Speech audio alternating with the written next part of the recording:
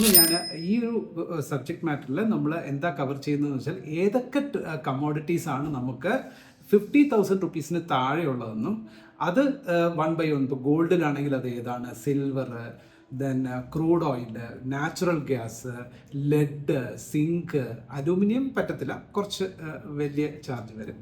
അതിൽ ഏതൊക്കെയാണെന്ന് 1/1 ആയിട്ട് വിശദമായ രീതിയിൽ നമ്മൾ പരിശോധിക്കാൻ പോവാണ്. ഓക്കെ, നമുക്ക് ടോപ്പിക്കിലേക്ക് കിടക്കാം. So let's begin now.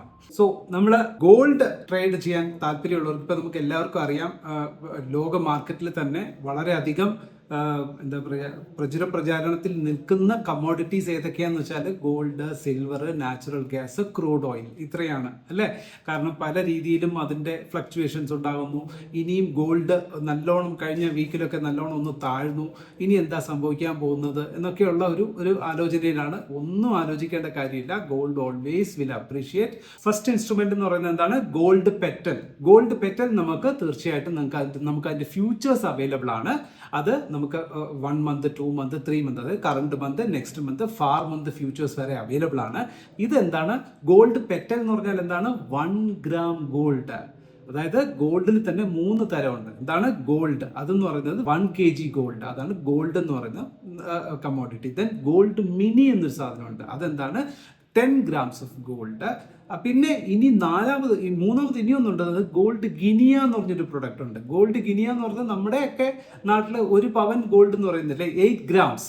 1 പവൻ എന്ന് പറയുന്നതിനാണ് ഗോൾഡ് ഗിനിയ എന്ന് പറയുന്നത്. ഓക്കെ, സോ അതിനും താഴെയുള്ള ഗോൾഡ് പെറ്റലായിട്ട് നമുക്ക് ട്രേഡ് ചെയ്യാം. സോ ഇതിന് ഗോൾഡ് പെറ്റൽ എന്ന് പറയുമ്പോൾ എത്രയാണ്? 1 ഗ്രാം. നമുക്ക് ഇന്നത്തെ വില വെച്ച് നോക്കുമ്പോൾ ഓൾമോസ്റ്റ് അറൗണ്ട് 13,000 14,000 റേഞ്ചിൽ വരുന്നുണ്ട് 1 പവന് വില, 1 ഗ്രാമിന് വില വരുന്നത്. പക്ഷെ നമുക്ക് അത്രയും രൂപ തന്നെ കൊടുക്കണ്ട. വെറും 2,000 3,000 രൂപയ്ക്കോ നമുക്ക് ഗോൾഡ് പെറ്റലിന്റെ ഫ്യൂച്ചേഴ്സ് നമുക്ക് ട്രേഡ് ചെയ്യാം.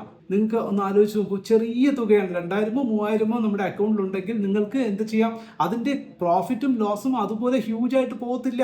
നമ്മൾ ഈക്വിറ്റി വാങ്ങുന്ന പോലെ തന്നെയാണ്. പക്ഷേ അത് എന്താണ്? ഫ്യൂച്ചർ കോൺട്രാക്റ്റിലൂടെ നമുക്ക് ഏർപ്പെടാൻ പറ്റത്തുള്ളൂ.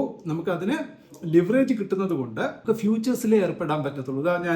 ഞാൻ ഗോൾഡ് പെറ്റൽ നിങ്ങൾക്ക് എടുത്ത് കാണിച്ചു തരാം. നിങ്ങൾക്ക് അതിൻ്റെ കറണ്ട് മാർജിനും കാണിച്ചു തരാം. ഓരോ മാസത്തെ ഇപ്പോൾ ഒരു 3 മാസം കഴിയുമ്പോൾ ഗോൾഡിൻ്റെ വില കൂടും എന്നാണ് നിങ്ങൾക്ക് ഒരു വ്യൂ ഉണ്ടെങ്കിൽ ചെറിയ തുകയ്ക്ക് നമുക്ക് വാങ്ങിച്ചു വെക്കാം. തീർച്ചയായിട്ടും അതിനാൽ നമുക്ക് വലിയ ഇനി അഥവാ ലോസ് വന്നാലും ചെറിയ മാർജിനൽ ലോസ് മാത്രമേ നമുക്ക് വരത്തുള്ളൂ. പിന്നെ പ്രത്യേകിച്ച് പെറ്റൽസിനെ സംബന്ധിച്ചിടത്തോളം നമുക്ക് വേറൊരു പ്രശ്നം എന്താണെന്ന് പറഞ്ഞാൽ ഫ്യൂച്ചേഴ്സ് മാത്രമേ അവൈലബിൾ ഉള്ളൂ. Investments in the securities market are subject to market risk. Read all the related documents carefully before investing.